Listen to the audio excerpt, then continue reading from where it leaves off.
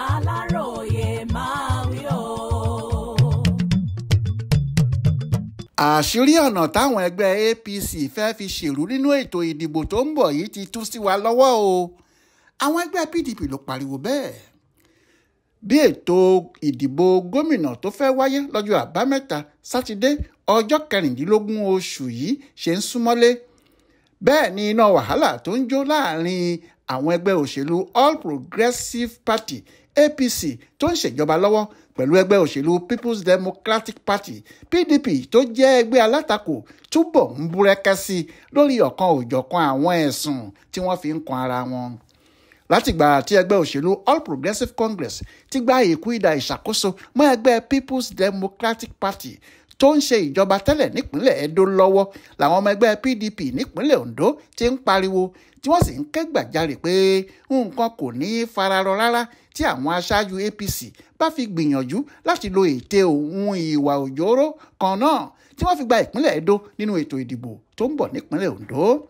ohun tí Alhaji Abdullahi Ganduje tó jẹ́ alága gbogbogbò fẹ́gbẹ́ òṣèlú All Progressives Congress lórílẹ̀‐èdè yìí sì tún fi bọ̀rọ̀ jẹ́ pátápátá ní ti ẹnu tó ń fọ́n lẹ́yìn tí àjọ elétò ìdìbò kéde sẹ́nitọ̀ Monday Ọ̀pẹ́bọlọ̀ gẹ́gẹ́ bí ẹni tó jáwé olúborí nínú ètò ìdìbò náà pé ẹgbẹ́ APC ti ṣètò abẹ́lẹ̀ tí àwọn tún fẹ́ fi gba àwọn ìpínlẹ̀ bíi Ondo, Ọ̀ṣun àti Ọ̀yọ́ mọ́ àwọn PDP lọ́wọ́. àwọn aṣáájú ẹgbẹ́ PDP náà kò sì jẹ́ kọ́rọ̀ yìí tutù tí wọ́n fi fún ọkùnrin ọmọ bíbí ìpínlẹ̀ Kánò náà lésì pé àwọn náà ti ń dúró de òun àti ìgbìmọ̀ rẹ̀ lórí ìtúkítú tí wọ́n lè máa múra láti pa nínú ètò ìdìbò gómìnà tó ń bọ̀ nípínlẹ̀ Ondo, àti pé nígbà yìí ni yóò tó mọ ìyàtọ̀ tó wà láàrin ìpínlẹ̀ Ondo àti Edo. àfàìmọ̀ kó má jẹ́ ohun táwọn aṣáájú PDP rí rèé tí wọ́n fi ń fapá jánu tí wọ́n sì ń fẹ̀hónú hàn lórí ẹni tí àjọ elétò ìdìbò gbé wá sí ìpínlẹ̀ Ondo gẹ́gẹ́ bí aṣojú wọn, ìyẹn abilékọ Olúwatóyìn Babalọ́lá. ìgbàgbọ́ wọn ni pé kò ní ṣeé ṣe fún ẹgbẹ́ kankan láti ṣòjóró nínú ètò ìdìbò láì ní ọwọ́ àjọ elétò ìdìbò náà nínú. ọjọ́rú wẹ́sídẹ̀ẹ́ ọjọ́ 13 oṣù yìí ni ẹgbẹ́ PDP tún fariwo míì bọnu nínú àtẹ̀jáde kan tí alukoro wọn nípínlẹ̀ Ondo Kennedy Ikantu Pérétèyí fi ṣọwọ́ sáwọn oníròyìn pé àṣírí ọ̀kan nínú àwọn ọ̀nà tí ẹgbẹ́ APC fẹ́ fi ṣèrú nínú ètò ìdìbò náà ti tú sí àwọn lọ́wọ́. Pérétèyí ni alábòjútó àjọ elétò ìdìbò nípínlẹ̀ Ondo àti àwọn aṣáájú APC kan tí gbìmọ̀ pọ̀ láti yí ìfẹ́ ọkàn àwọn olùdìbò padà pẹ̀lú bó ṣe jẹ́ pé orúkọ èèyàn méjì ló ti fi sílẹ̀ lọ́dọ̀ àwọn àjọ tó ń ṣètò ìdìbò náà gẹ́gẹ́ bí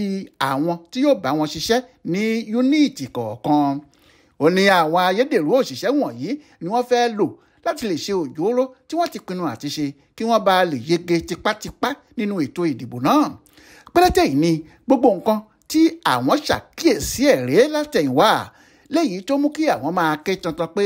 kò yẹ kó jẹ́ abilékọ Babalọ́lá ni wọn yóò mú wá gẹ́gẹ́ bí alábòjútó àjọ elétò ìdìbò láti ṣètò náà nítorí àwọn ò ní gbàgbọ́ nínú ẹ̀ rárá.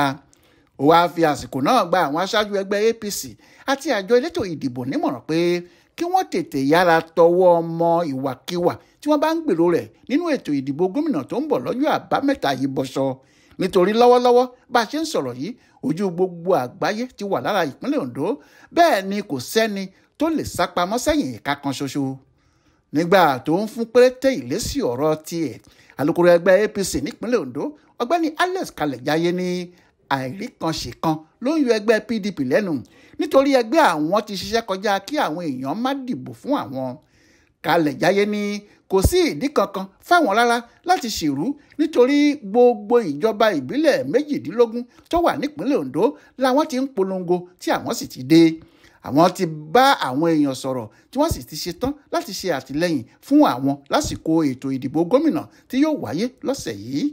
ó ní ọ̀pọ̀lọpọ̀ iṣẹ́ ìdàgbàsókè ní ẹgbẹ́ àwọn ti ṣe tí wọ́n sì tún ń ṣe lọ́wọ́ fáwọn èèyàn ìpínlẹ̀ Ondo tí àwọn yóò sì tún tẹ̀síwájú láti máa pàrọwà fáwọn aráàlú kí wọ́n lè tẹ̀síwájú nínú àtìlẹ́yìn wọn. bẹ́ẹ̀ ni Kalẹ̀jáyé ṣe sọ. Olúṣèyẹ Iyíadé ló ṣàkójọpọ̀ ìròyìn ọ̀hún fún Aláròyé online television.